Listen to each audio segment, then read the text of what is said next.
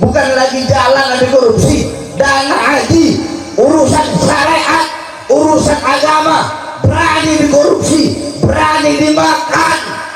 Woi goblok, lu goblok, lu tolol, lu gak ngerti. Jadi kau Panji, saya kasih nasihat sama kau jaga kau punya mulut.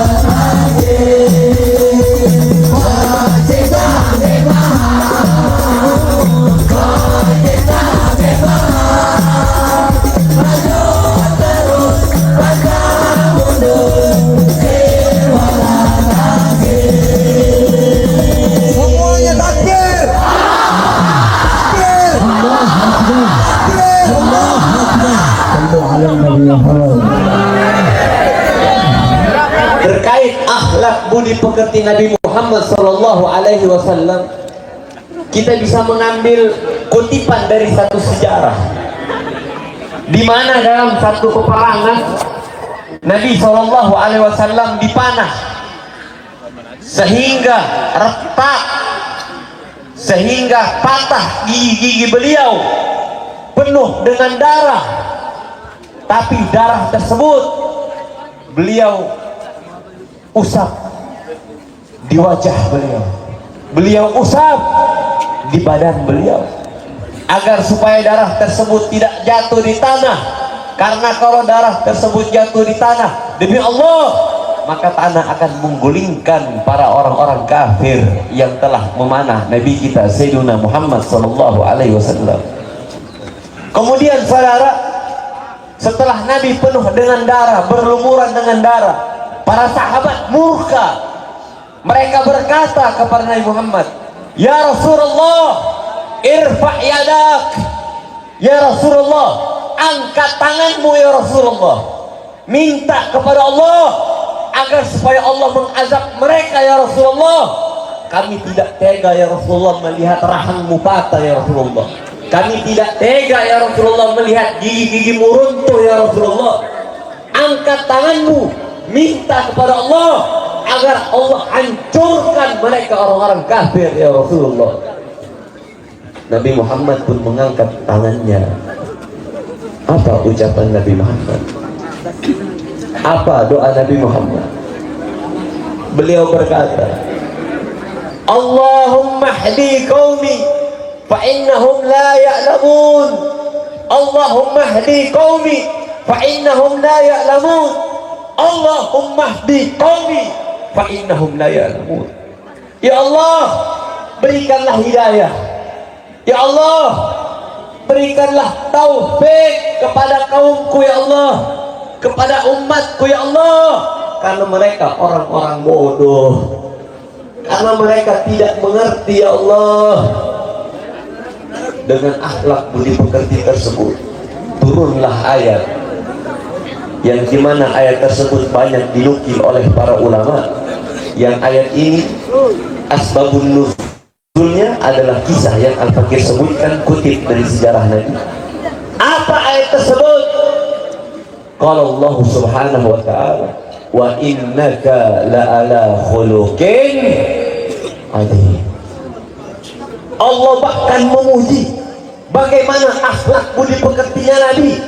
Sungguh benar-benar engkau wahai Muhammad benar-benar berada di atas budi pekerti yang luar biasa, benar-benar berada di atas akhlakul karimah, yang sangat agung, yang sangat mulia.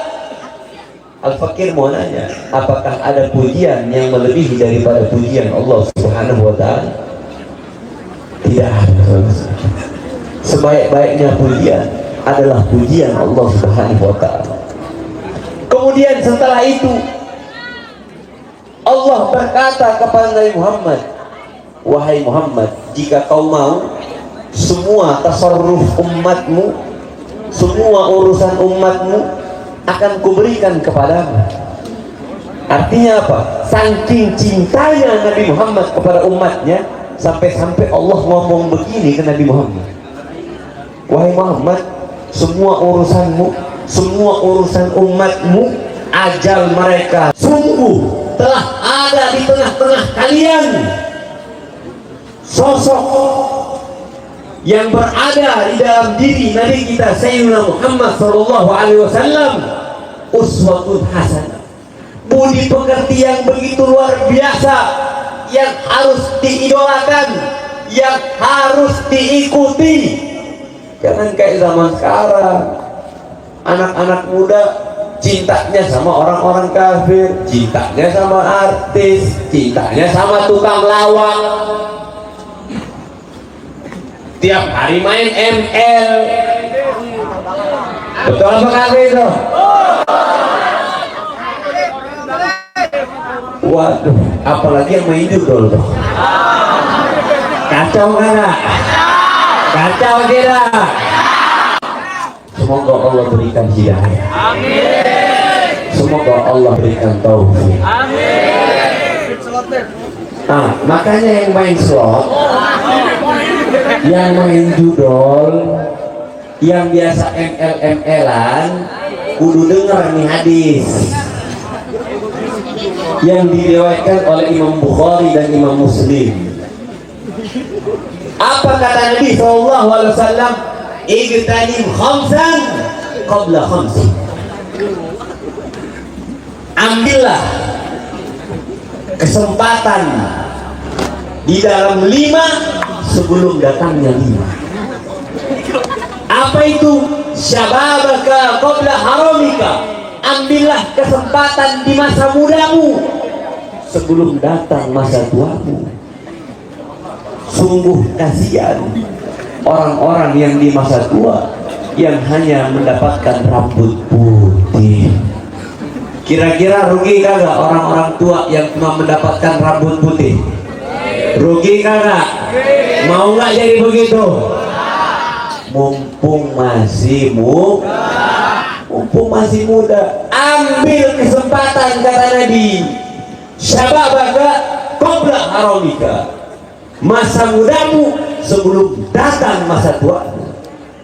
Sungguh rugi orang yang berkata di dalam syairnya, sungguh menyesal orang yang berkata di dalam syairnya, laita syababu ya'udu yauman sa'ukhbiruhu bima fa'alal masyibu.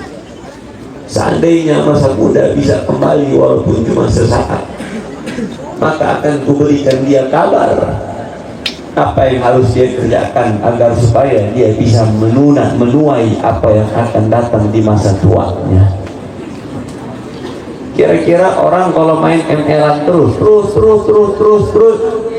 rambut udah putih, itu dapat duit kagak, dapat bini kagak, dapat rumah kagak, dapat harta kagak, rugi apa rugi?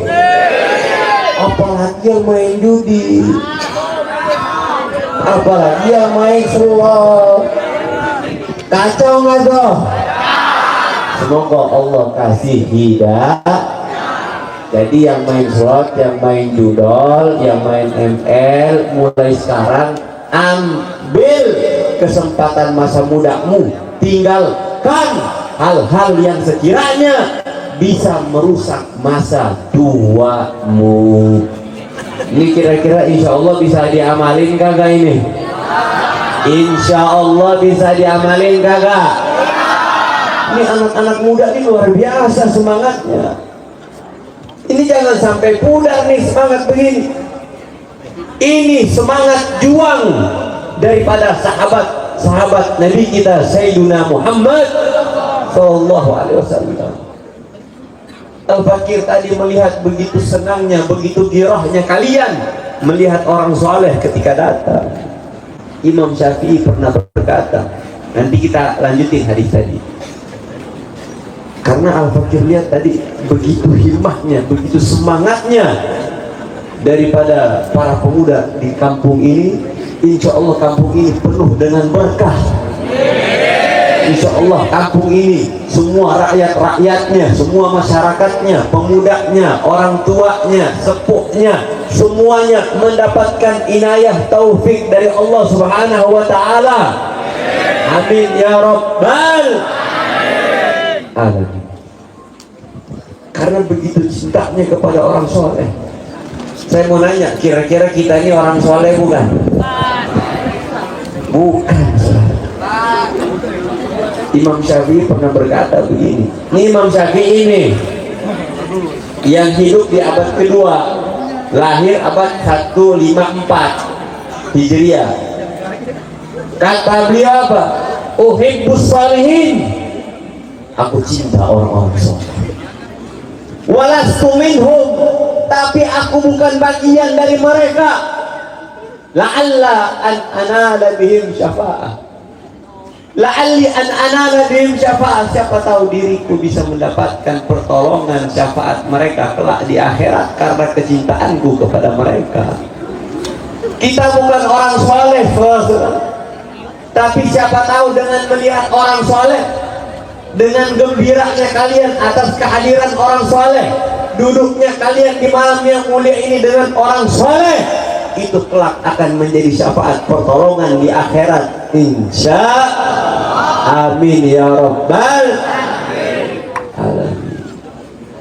Kemudian kita lanjutkan hadis tadi. Kata Nabi, ambil kesempatan yang pertama, masa muda sebelum datang masa tua.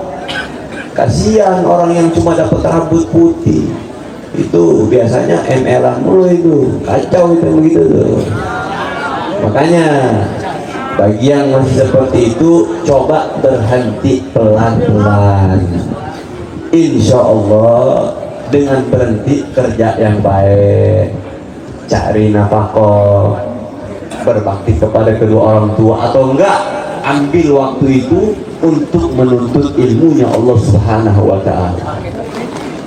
Kemudian kata Nabi yang kedua, wasihhataka qabla saqamika. Ambil kesempatan di masa sehatmu sebelum datang masa sakitmu. Dulu di zaman Romawi ada satu raja namanya Bahron Jomir. Dia punya penyakitnya dia itu nggak bisa kentut. Penyakitnya apa? Nggak bisa kentut. Kalau nggak bisa kentut kan perutnya kembung kagak? Kembung. Kalau udah kagak bisa kentut ya berarti kagak bisa buang air. Akhirnya dia kumpulin tuh tabib-tabib, dia kumpulin tuh semua dokter-dokter. Siapa yang bisa sembuhin gua kasih setengah dari harta gua. Semua tabib, nggak ada yang bisa sembuhin. Akhirnya dia bilang, siapa yang bisa sembuhin penyakit gua kasih seluruh harta gua. Tabib dari segala macam penjuru dunia datang, kemudian berusaha nyembuhin, tapi nggak bisa sembuh. Akhirnya dia mati karena kagak bisa kentut. Artinya apa? Kentut aja ada nih nikmat di situ. Makanya ambil kesempatan. Kesempatan apa? Masa sehatmu sebelum datang masa sakitmu. Begitu berharga kesehatan, saudara-saudara.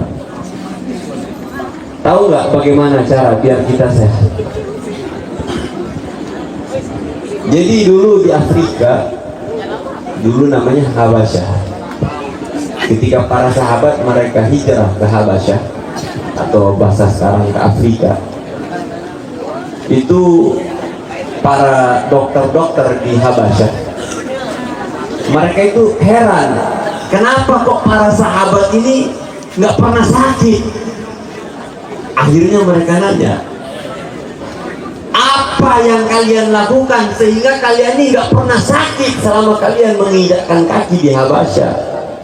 Dijawab sama mereka, karena Nabi kita, pembimbing kita, guru kita Nabi Muhammad mengajarkan kita tidak pernah makan sampai kenyang.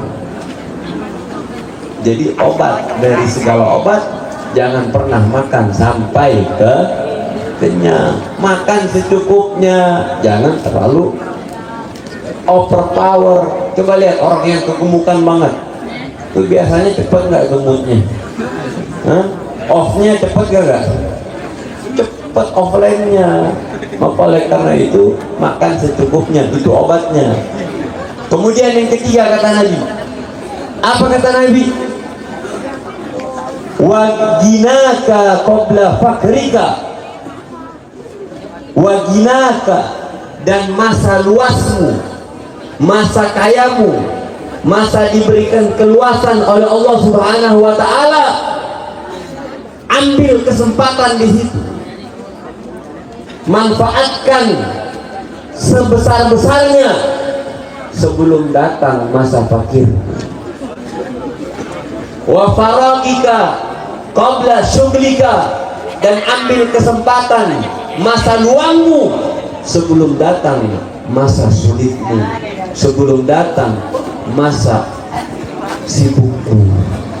Kemudian yang terakhir kata Nabi, wa hayataka qabla mautika, ambillah kesempatan di kehidupanmu sebelum datang kematian. Terakhir, sebelum Haibana Bahar bin Ali bin Smith beliau menyampaikan tausiah, ada satu hadis yang luar biasa yang Al-Fakir baca di kitab Mustadrak karangan Imam Hakim. Nabi SAW beliau bersabda, "Ish masyikta fa innaka mayyitun." Hidup selalu, bodoh amat, lu mau jadi bajingan, lu mau jadi orang baik, terserah kata Nabi. Tapi ingat, fa innaka mayyitun, ente semua bakal mati. Wa ahbib man ahbabta, cintai apapun yang kau mau, baik itu perempuan, tahta, pangkat, jabatan. Tapi ingat, lu pasti bakal berpisah. Emang ada orang dikuburin terus pangkatnya ke bawah? Ada kagak? Hartanya ke bawah? Ada kagak? Gak ada. Wa'mal masyikta, kerjakan apapun selalu. Lu mau dolimin orang kek, lu mau tipuin orang kek, tapi ingat, fa innaka mujziyun bih, tapi ente bakal dibalas terhadap apa yang kau lakukan. Kama tu'ashir tu'ashar, sebagaimana kau memperlakukan manusia, begitu juga kau akan diperlakukan oleh manusia. Insya Allah ini bisa bermanfaat untuk anak-anak muda, khususnya para PHB ya. Semoga semangatnya tambah tinggi ya. Dengan kehadiran Haibana Bahar bin Ali bin Smith, kira-kira senang tidak? Bahagia tidak? Mari kita sebelum beliau sampaikan tausiah beliau, biar tambah semangat lagi, kita qasidah daripada prajurit pembela Rasulullah. Ayo semua sama-sama, prajurit pembela Rasulullah.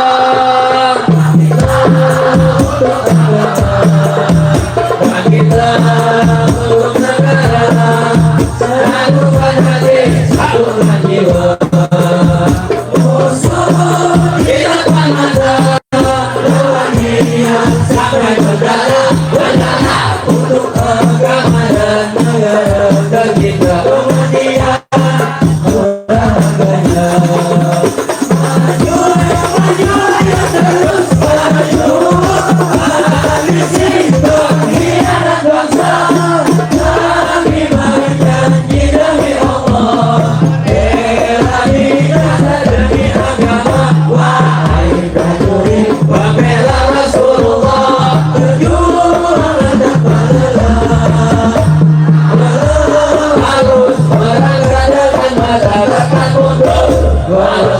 langkah, walau satu langkah.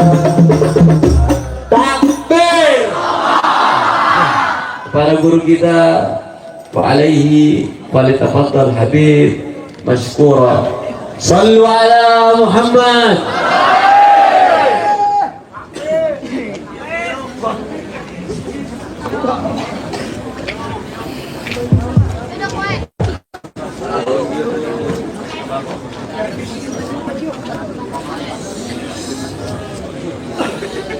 Assalamualaikum warahmatullahi wabarakatuh.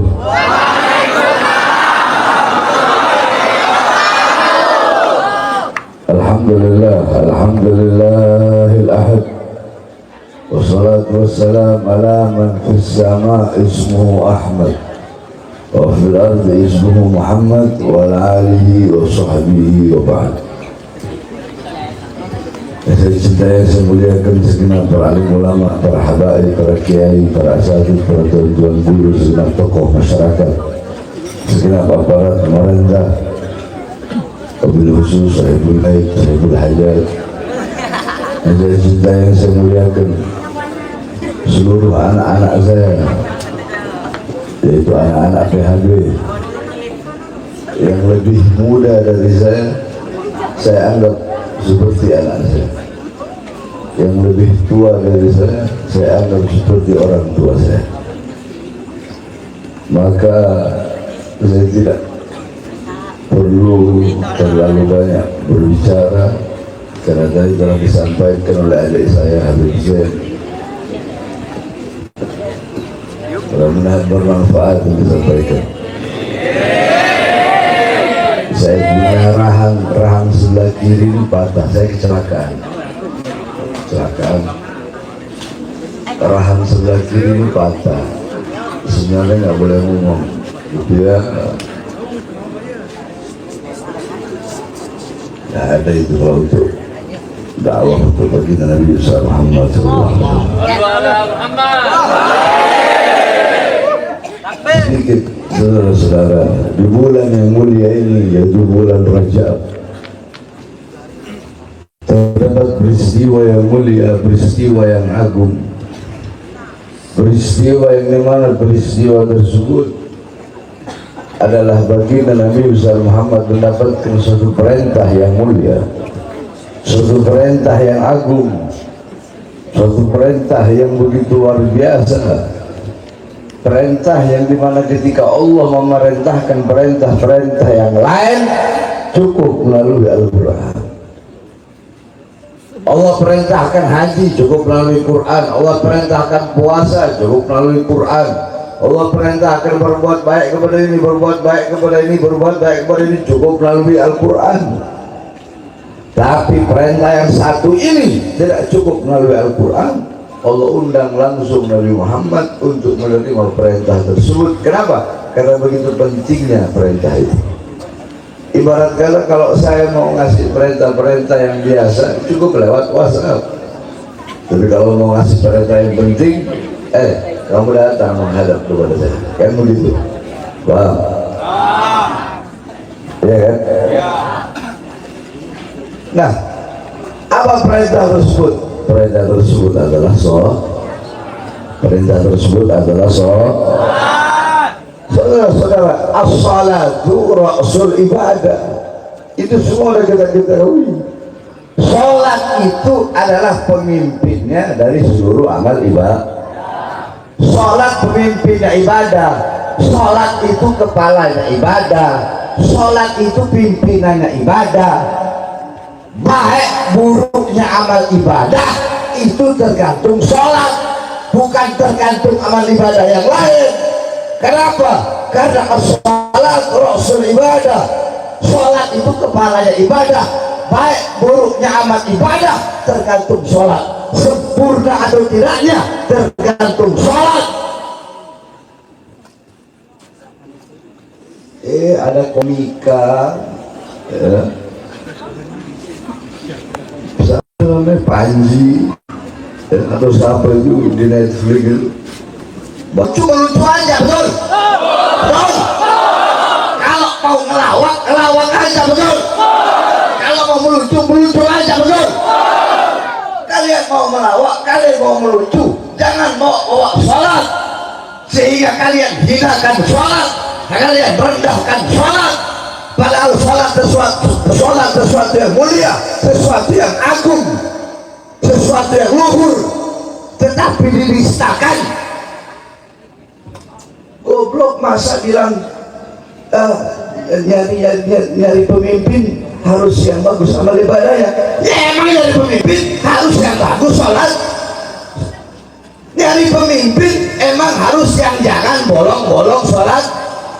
Nah sekarang kalau pemimpin sholatnya bolong-bolong, yang dipimpin nggak sholat semua, tuh betul? Kok bisa? Idza taghayyara ar-ru'us taghayyara mar'us. Kalau yang dipimpin rusak, kalau pemimpinnya rusak, maka yang dipimpin pun akan ikut rusak. Jadi kau Panji, saya kasih nasihat sama kau jaga kau punya mulut, ya. Bagus kau kritik pemerintah, ya, itu menjadi pembelajaran bagi pemerintah. Tapi awas, ada adab, ada akhlak. Jangan kau bawa agama, jangan kau bawa sholat untuk kau bercandakan, untuk jadi bahan candaan, untuk jadi bahan tawaan.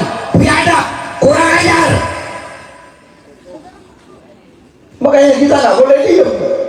Kalau kita diem, ya, sholat dihinakan, direndahkan, kita diem, besok bakal lebih banyak ada orang-orang yang lebih menghinakan sholat, menghinakan yang lain, menghinakan jilbab, dan menghinakan yang lain-lain, ya saudara-saudara. Saya lihat perkara seperti ini, biar karena bayangan, biar karena bayangan, biar karena lawan, kurang keras, biar karena lawan, biar karena lawan, biar karena lawan. Berarti yang telah dilakukan oleh Panji, dia ada apa tidak? Dia ada apa tidak? Dia ada apa tidak? Bodoh apa tidak? Bodoh apa tidak? Bodoh apa tidak?